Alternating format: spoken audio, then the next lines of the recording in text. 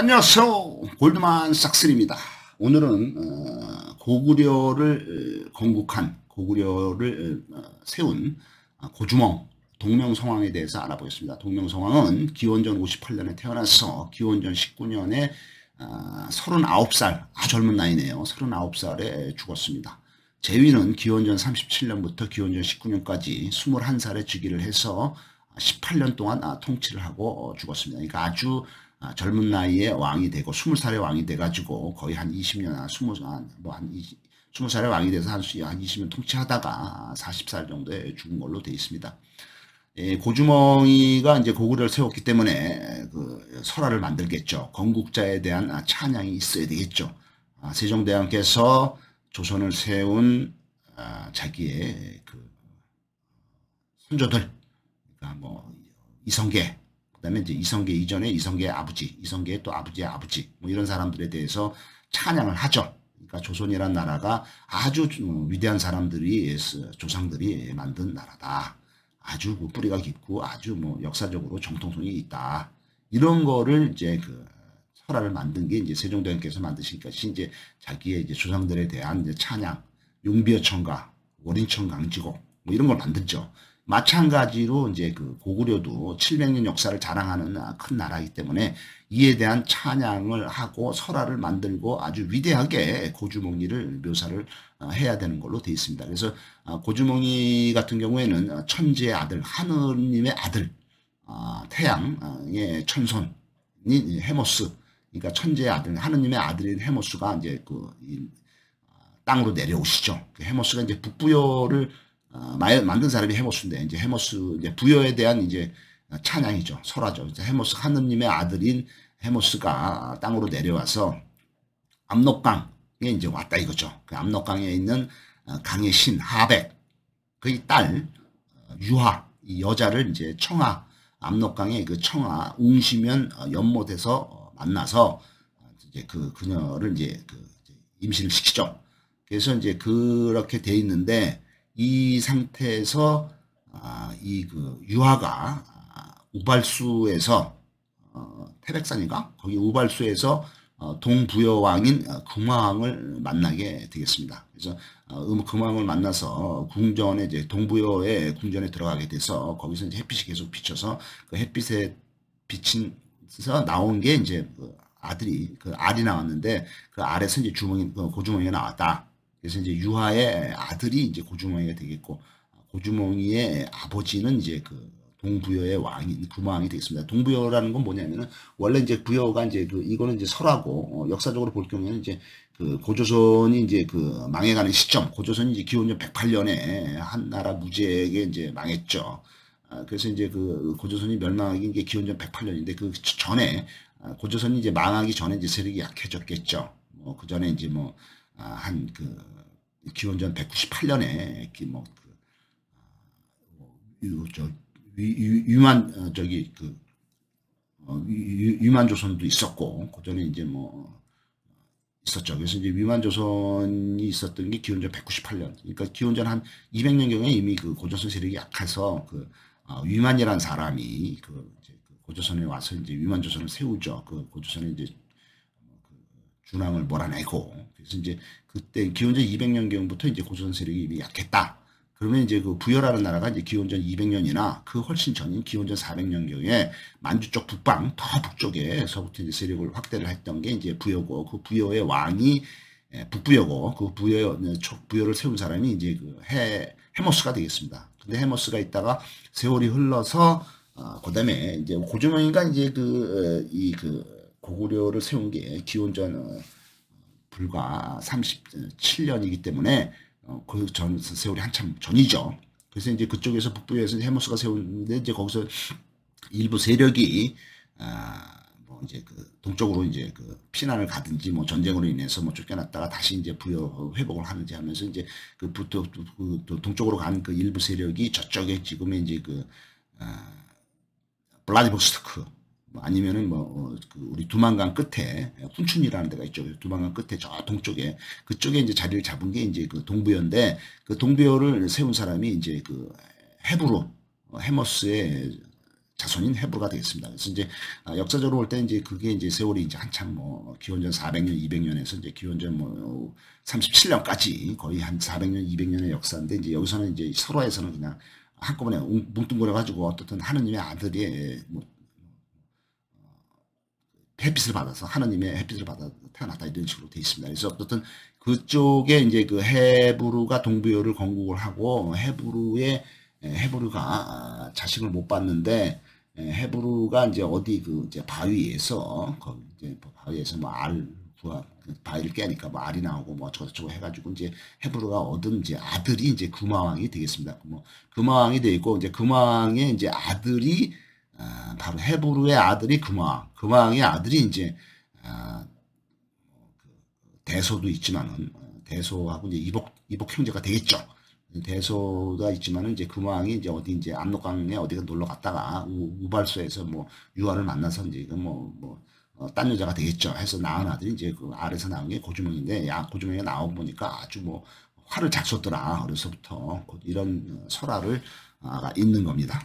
그래서 동부여 왕인 금화의 아들인 대소, 그러니까 이복형이죠. 이복형의 박해를 피해서 고주몽이가 이제 남쪽으로 도망가게 되겠습니다. 그래서 이제 도망을 한참 가다가 엄니대수에 이르고 엄니대수에서 자라와 물고기들이 다리를 만들어서 고주몽이가 물을 건너가게 해준다는 설화가 있습니다. 그래서 여기 보면 이제 송화강 이제 그 역사를 볼까요? 여기 이제 송화강이 있죠. 송화강이 있고 여기 백두산이 있죠.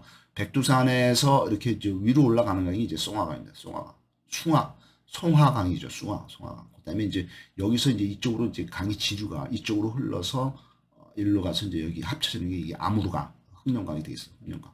그래서 이제 이때 그 숭화강 요쪽에 이제 그 북쪽에 이제 북부여가 있었고 북부여에서 이제 헤모스가 공국을 한 건데 여기서 이제 일부 세력들이 이쪽으로 동쪽으로 이동을 해서 여기 이제 하바롭스크 저기 블라디보스토크가 있죠. 러시아의 블라디보스토크 한 건데 이쪽으로 이동해서 여기 이제 숙신이라는 이제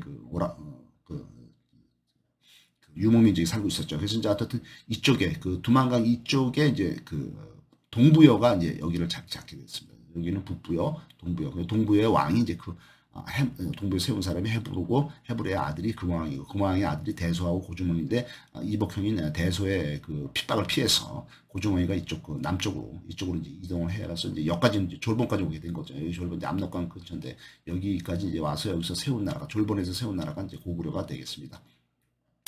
그 당시 상황이 이렇죠. 그다음에 이제 나중에 이제 이쪽에는 이제 옥조라는 나라가 있었고 동해가 있었고 여기 이제 마한제나 변한 한강이 나면 요동반도가 되거나 랴오호강이 되겠습니다. 그래서 어떻든 간에 이제 그 엄니대수를 건너서 졸본에 도착한 그 고주몽이가 졸본에 이제 뭐 졸본 부여라고도 부르기도 했죠. 이쪽에 그 여러 가지 이제 연맹체들이 있었는데 오부 육부 연맹체인데 그 중에서도 이제 게르부가 있는데 게르부가 가장 세력이 셌죠.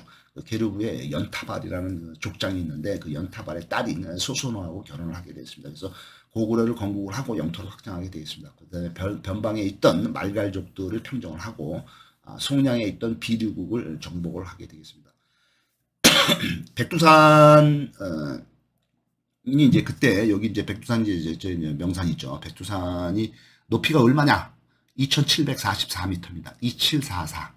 아주 대한민국의 제일 높은 산이죠. 그 다음에 명산이고, 아직도 활화산이고, 이게 언제 대폭발을 할지는 모르게 되어 있습니다. 어쨌든 이쪽에 이제 그 자리를 잡으면서, 고주몽이가 압록강 잡으면서 이제 동쪽으로 동진을 해서 백두산, 그 당시에는 백두산을 또 태백산이라고도 불렀습니다. 그래서 태백산, 네, 지금은 이제 중국 애들은 이제 백두산을 장백산이라고 부르죠. 우리는 백두산 부르고 이쪽에 동남쪽에 동쪽에 남쪽 이쪽에 있는 행인국을 정복을 하고 그다음에 여기 옥조가 있죠. 옥조는 여기 이제 그 남옥조는 여기 있고 북옥조는 여기 쪽에서 북옥조.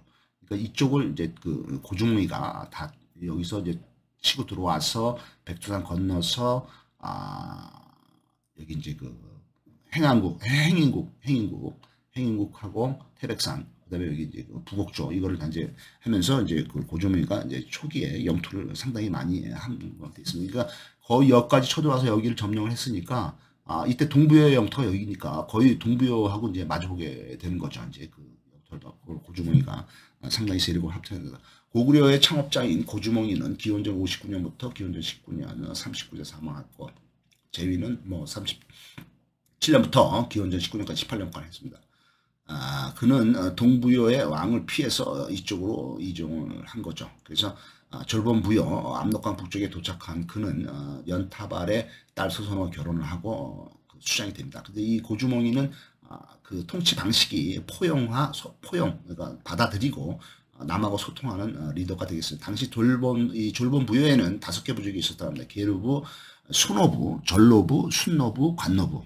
이 중에서 이제 계류부의 수장에 따라 결혼했던 고주몽은 이들을 연합을 해서 이걸 다 합했죠. 그래서 이제 기원전 37년에 고구려를 건국한 걸로 되어 있습니다. 고구려의 고자, 고가 뭐냐? 고는 이제 위대하다는 뜻이고, 구려는 뭐냐? 구려는 이제 골짜기라는 뜻입니다. 그러니까 위대한 골짜기. 그래서 위대한 마을, 위대한 나라 이렇게 되겠습니다. 그래서 이제 고구려의 영토는 이 고구려의 이 그 초반기 영토는 이쪽에 서쪽에 있는 요동반도, 랴오닝 반도라고 그러죠. 요동반도 여기 요하가 있고 요하를 경계로 해서 요동반도.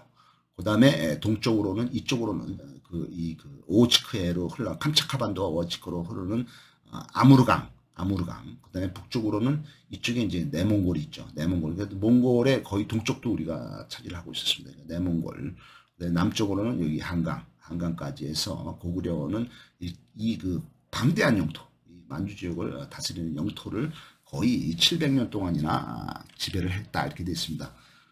고구려의 막강한 군사들은 을지문덕 장군, 수나라, 그러니까 서기 한 580년경, 고구려가 멸망하기 한 100년 전에 고구려는 당나라한테 멸망했다. 당나라의 그 3대 황제인 이치, 고종한테 망했죠. 고종이 측정무의 남편인데, 무축전의 남편인데, 그렇게 망했지만은 그 전에 한 100년 전에 수나라가 이제 580년경에 수나라가 중국을 통일을 하고서 수나라 문제, 수나라 양제 이 사람들이 뭐 100만 대군을 이끌고 고구려를 공격을 하지만 실패를 합니다. 고구려의 막강한 군사들은 을지문덕 장군이 이제 살수대첩에서 20만 병력으로 수나라의 100만 대군을 멸망을 시킵니다. 그래서 수나라가 이제 몇 차례 계속해서 공격을 하지만은 결국에는 뜻을 이루지 못하고 다시 고구려한테 깨지고 돌아가죠. 그러면서 수나라 그 전쟁을 많이 하면은 이제 돈이 많이 들죠. 사람 군대도 100만 명을 동원하려면 그 사람들 먹여 살리려면 돈이 많이 들고 또 뭐 무기도 뭐 준비해야 되고 뭐 돈이 많이 드니까 이제 국력이 쇠퇴하게 되죠. 전쟁을 자주 하게 되면은. 그다음에 이제 당나라도 이제 당나라의 그 태종 이세민 당태종이가 이제 그 30만 대군을 이끌고 또 쳐들어오죠. 그래서 당태종의 30만 대군도 마지막에 안시성에서 양만춘한테 깨지고 돌아가게 돼 있습니다. 이 전쟁에서 양만춘한테 화살을 맞아서 당태종이 눈가리 하나가 잃어버리죠. 그래서 이제 화살에 맞아서 그래서 당태종이가 죽기 전에 아들인 당 고종 이치한테 유언을 하기를 절대로 고구려를 공격을 하지 말아라 이렇게 유언을 합니다. 하지만 그리고서 이제 지는 실패했다 이거죠. 그래서 고구려 공격하다가 눈깔도 하나 잃고 뭐 나라도 엉망진창을 일으켰는데 하지만은 그 당나라 3대 황제인 당 고종 이치가 결국에는 고구려를 공격을 해서 서기 668년에 고구려가 당나라한테 멸망을 하게 되겠습니다. 그 전에 100년 전에 서기 580년에 수나라 문제 양제도 100만 대군, 110만 대군 이끌고 뭐 3차, 4차 계속해서 고구려 공격을 하지만은 고구려의 막강한 군대 수는 뭐 20만 명, 30만 명이 안 됐지만은 그 군대가 막았고 그 중에 이제 그 수나라하고 싸울 때 가장 혁혁한 공을 세운 사람이 하나가 을지문덕 장군이 되겠습니다. 살수대첩에서 뭐 수나라를 완전히 깨버렸다.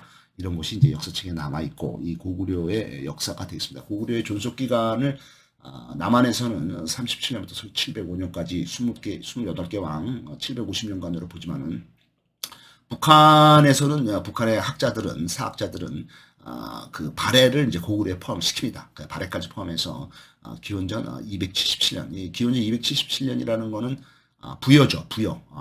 고구려의 전신이냐, 부여까지 포함한 역사입니다. 그래서 그 북한의 사학자들이 보는 견해는 고구려가 기원전 37년에 시작된 게 아니라 기원전 277년, 거의 한 250년 더 전에 기원전 한 300년경에 건국이 되어서 이게 부여죠. 그 다음에 이제 서기 945년 발해가 멸망을 한 거, 발해가 이제 거란한테 멸망할 때까지 합해서 1200년이다. 고구려의 역사는 700년이 아니고 1200년이다. 이렇게 보고 있습니다. 그러니까 기존에 우리가 보고 있는 남한 사학자들이 보는 700년 고구려 역사 플러스 고구려 건국 이전의 부여 역사 한 300년, 그만 1000년 되죠. 거기다가 플러스 그다음에 이제 발해 역사 한 300년, 합하면 이제 한 1200년, 1300년이 고구려의 역사다. 그래서 그 중에 왕은 33개 왕이 있었다. 이렇게 됐습니다. 고구려의 2대 왕인 유리는 기원전 19년에 태어나서 서기 18년에 37살에 사망을 하는데 18살에 즉위를 해서 19년 동안 통치를 하게 되겠습니다. 유리왕은 2대 왕은 북쪽에 있는 선비족 오랑캐죠. 선비족은 이제 튀르크 계통입니다. 얘네들 토벌을 하고 진압을 하고 속국으로 만들고 유리왕이 이제 수도를 졸본성에서 국내성으로 이주를 합니다. 그러니까 압록강 옆으로 이주를 하죠. 국내성은 고구려의 수도로서 400년 동안 수도를 하게 돼 있고, 그 다음에 이제 서기 427년에 장수왕의 남진 정책을 통해서 수도를 평양성으로 이전을 하게 되겠습니다. 그래서 여기서 이제 이게 이제 그 한반도고, 여기 졸본성 국내성이 있죠. 그 다음에 이제 이쪽에 이제 평양성 쪽으로 이제 그 성이 왔다 갔다 이제 이대했다는 것이고, 여기 이제 요동반도에서 이제 요하를 따라서 이제 고구려 성들이 많습니다. 이제 이 성들이 많다는 거는 이제 고구려의 국경지대라는 것이죠. 고구려 요하가 국경지대였다. 이 국경지대에서 이제 중국의 수나라, 당나라, 이제 중국하고 이제 계속해서 이제 대립을 했던 거죠. 그래서 이 선 중에서 제일 거의 밑에 있는 것이 이제 그 안시성이 되겠습니다. 안시성에서 이제 양만춘이가 그 당나라 군대를 이제 그 격퇴를 하죠. 여기 이제 안시성이고, 그 위에 있는 백암성, 그다음에 이제 요동성, 계모성, 현도성, 부여성도 있고, 여기 신성이 있네요. 여기를 다 당나라군이 점령을 했지만은 이 안시성에서 최후에는 당나라군이 깨졌다, 이렇게 되어 있습니다. 그다음에 이제 요 밑으로 내려와서 요 밑에 요동반도 맨 끝에 있는 것이 이제 비사성이 되겠습니다. 고구려는 700년 동안 지속된 왕이죠. 그때 1대 동명성왕부터 28대 보장왕까지 있었죠. 그다음에 이제 2대 유리왕, 3대 대무신왕, 5대 무본왕, 6대 태조왕, 7대 차대왕, 8대 신대왕, 이렇게 되어 있습니다. 고국천왕은 인재를 9대가 이제 신대왕 다음에 9대가 이제 고국천왕인데 인재를 등용을 했고, 이 고국천왕 때 유명한 재상인 을파소가 중용이 되어서 진대법 같은 좋은 제도를 실천을 해서 민생을 안정시키고 국고가 풍족하게 되었다, 이렇게 되어 있습니다. 그래서 이제 9대가 고국 천왕이고, 그 다음에 이제 10대 고구려 왕이 이제 산상왕이 되겠습니다.